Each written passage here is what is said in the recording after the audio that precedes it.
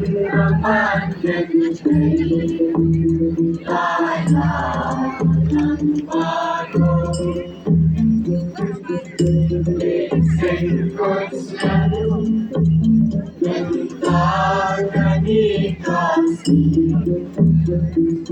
Hajingku engkau ya jadi Dari kasih padaku rasa